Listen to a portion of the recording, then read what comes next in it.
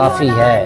تو ہم کیوں نہ کہیں شاہ مرداں شیر یزداں قوت پروردگار، شاہ مرداں شیر یزداں قوت پروردگار، لا فتح الا علی لا سیف الا ذوالفقار۔ اس کا مطلب ہے آپ جیسا شیر کوئی شیر ہے نہیں، آپ جیسی قوت کسی کے پاس قوت ہے نہیں۔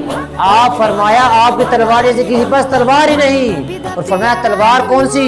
وہ تلوار ذوالفقار جو نبی کریم صلی اللہ تعالی علیہ وآلہ وصحابہ وسلم نے آپ کو عطا فرمائے تھے۔ ہم کیوں نہ کہیں یا علی المرتضی شیر خدا، یا علی المرتضی شیر خدا، یا علی المرتضی مشکل کشا، یا علی المرتضی شیر خدا۔